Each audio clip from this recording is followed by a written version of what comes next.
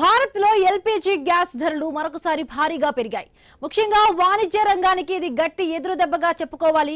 19 కేజీల commercial LPG cylinder పై చమురు marketing సంస్థలు ఏకంగా 993 రూపాయల పెంపును ప్రకటించాయి. పెరిగిన ఈ ధరలు నేటి నుంచి అమల్లోకి వచ్చాయి. తాజా పెంపుతో హైదరాబాద్ లో 3069కి చేరింది ఈ ధర. ఇక ఢిల్లీలో 3071 రూపాయలకు చేరుకుంది.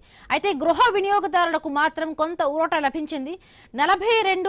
14.2 కేజీల డొమెస్టిక్ సిలిండర్ ధరలో ఎలాంటి మార్పు చేయలేదు.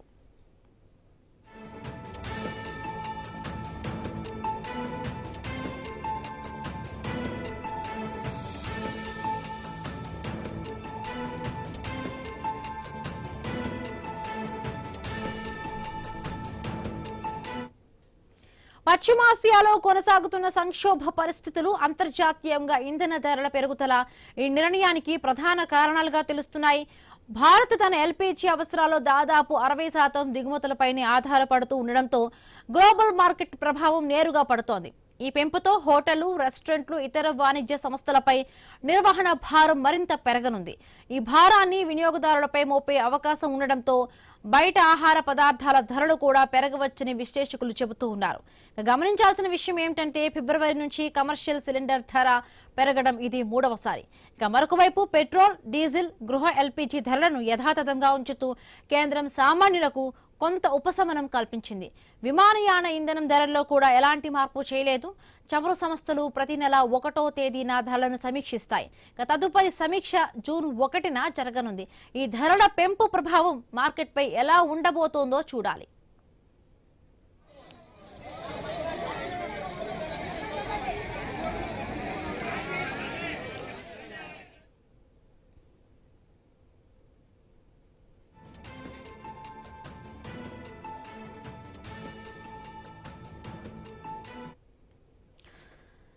ఇక భారీగా పెరిగింది కమర్షియల్ సిలిండర్ ధర. మొత్తంగా కూడా 19 కిలోల కమర్షియల్ సిలిండర్ ధర 993 రూపాయలకు చేరుకుంది.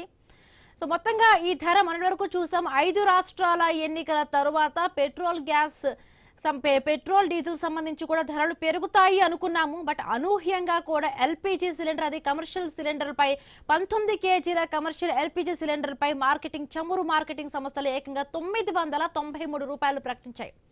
సో మాట్లాడదాం. దీనికి సంబంధించి కూడా చాలా వరకు మనతో పాటు జాయిన్ అయ్యారు మధుసూదన్ రావు గారు, విశ్లేషకులు. నమస్తే అండి మధుసూదన్ రావు గారు.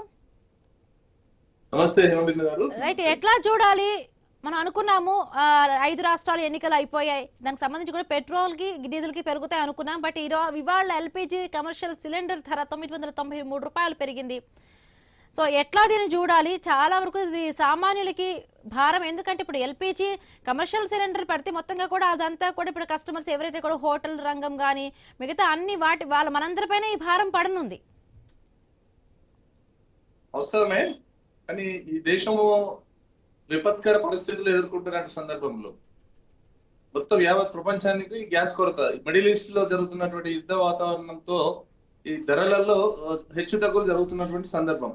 కానీ మన దేశానికి సంబంధించినటువంటి పరిస్థితి చూస్తే మిగిలిన దేశాల కంటే మన చుట్టూ ఉన్నటువంటి పాకిస్తాన్, నేపాల్, బంగ్లాదేశ్, శ్రీలంక వీటితో కంపేర్ చేస్తే మనం చాలా బెటర్ గా ఉన్నాం. ఇప్పుడు చుట్టుపక్కల ఉన్న దేశాలు, మిడిల్ ఈస్ట్ దగ్గర ఉన్నటువంటి దేశాల్లో మనం చాలా బెటర్ గా ఇవాళ గ్యాస్ సరఫరాల్లో ఏ విధమైనటువంటి అంతరాయం లేకుండా సామాన్య ప్రజలకు మాత్రం అందుబాటులోనే గ్యాస్ సప్లై చేస్తూ ధరలో నియంత్రణ చేస్తూ మనము ఈ దేశంలో ఉన్నటువంటి ప్రభుత్వము, ఈ బీజేపీ ప్రభుత్వం ఇస్తుంది. కానీ కమర్షియల్ కి సంబంధించినటువంటి అంశం వచ్చేసరికి ఈ రోజు 933 రూపాయలు ధరలు పెరిగినట్టుగా మనకు తెలుస్తా ఉన్నది. దీని ద్వారా కొంత ధరల పెరుగుదల డైరెక్ట్ గా కాకుండా ఇండైరెక్ట్ గా ప్రజల మీద పడుతుంది. ఎందుకంటే హోటల్స్ పోయి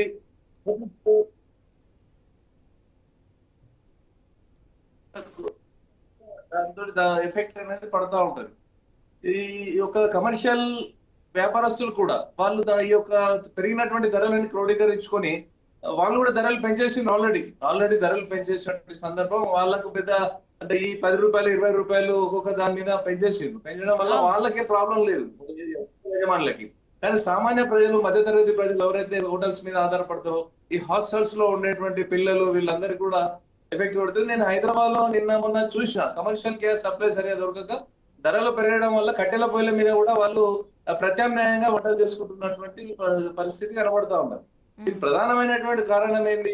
కూరగాయల ధరలు ఇవాళ మిడిల్ ఈస్ట్ లో జరుగుతున్నటువంటి యుద్ధం వల్ల మనకు ప్రధానంగా ఈ గ్యాస్ సరఫరా అంతా కూడా ఈ గల్ఫ్ ప్రాంతం నుంచి, గల్ఫ్ ఏరియా నుంచి ఖతార్, యుఏఈ, సౌదీ, ఈ కువైట్, ఇరాక్ ఈ ప్రాంతం నుంచి మనకు పెద్ద ఎత్తున మనకు గ్యాస్ వస్తూ ఉంటది. మెజారిటీగా అంటే ఎక్కువ శాతము మనకు 70 నుంచి 80% మనకు గ్యాస్ బయట నుంచే వస్తుంది.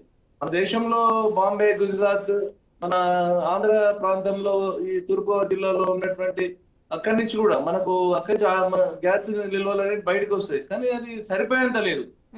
ఈ దేశానికి వినియోగంలో సరిపోయేంత ప్రొడక్టివిటీ ఆ ప్రాంతం నుంచి వస్తలేదు కాబట్టి మన విదేశాల మీద ఆధారపడాల్సి వస్తుంది.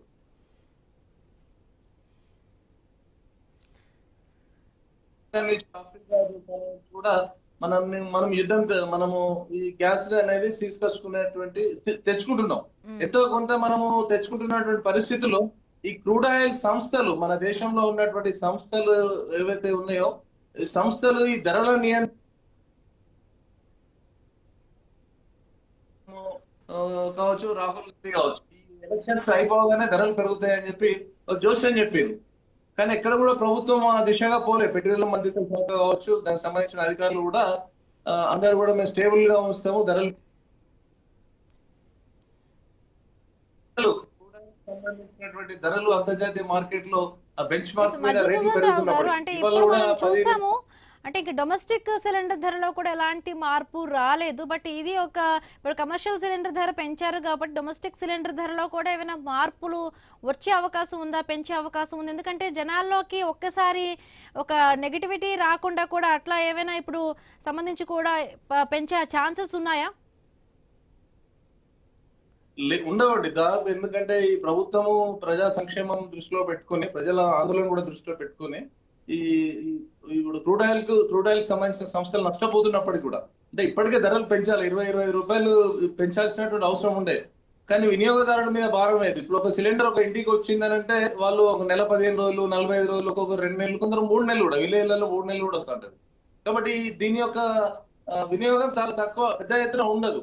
కానీ కమర్షియల్ కి సంబంధించినటువంటి పరిస్థితి చూస్తే పెద్ద ఎత్తున జరుగుతున్నది కాబట్టి కమర్షియల్ అరికట్టాలి అనే ఆలోచనతో దాని మీద ధరల నియంత్రణ చేసిండు. కాబట్టి క్రూడ్ ఆయిల్ ధరలు తక్కువ ఉన్నప్పుడు కూడా ధరలు అదే స్టేబుల్ గా ఉన్నాయి.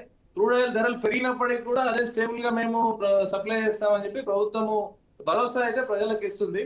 కాబట్టి ప్రభుత్వము వినియోగదారుల మీద భారం వేయకపోవచ్చు.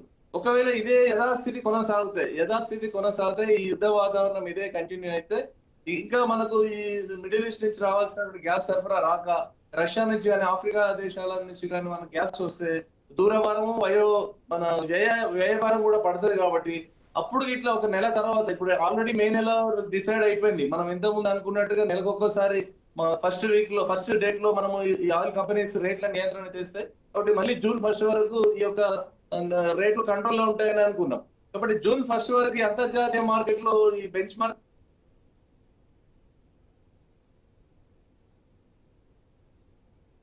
ఈ దేశంలో మన ఎకానమీ కూడా చూసుకోవాల్సి వస్తుంది.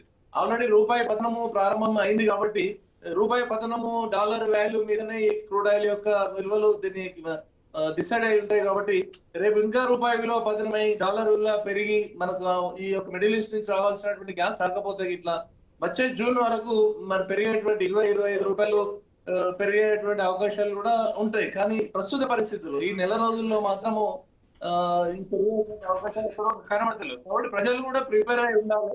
ప్రభుత్వాలు ధరలు పెంచినా, ధరలు తగ్గించినా కూడా ఇది మన దగ్గర తయారైతున్నటువంటి కాదు కాబట్టి, గ్యాస్ అనేది మన దగ్గర ఉన్నటువంటి సరిపోతలేదు కాబట్టి విదేశాల నుంచి మనం దిగుమతి చేసుకున్నప్పటికీ కూడా ఈ సంస్థలు నష్టపోతూ కూడా మనకు గ్యాస్ స్టేబుల్ గా రేట్లు అందిస్తున్నాయి.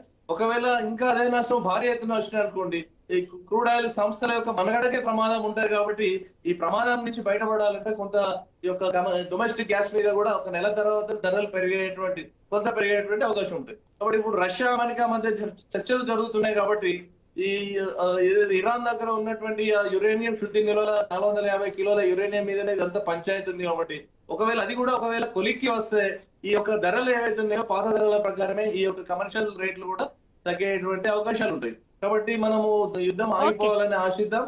ఈ ధరలు మాత్రం ఇంకొక ఏ చేంజెస్ ఉన్నాయని చెప్పి మనము అనుకోవాలి. Right, thank you so much అండి మధుసూదన్.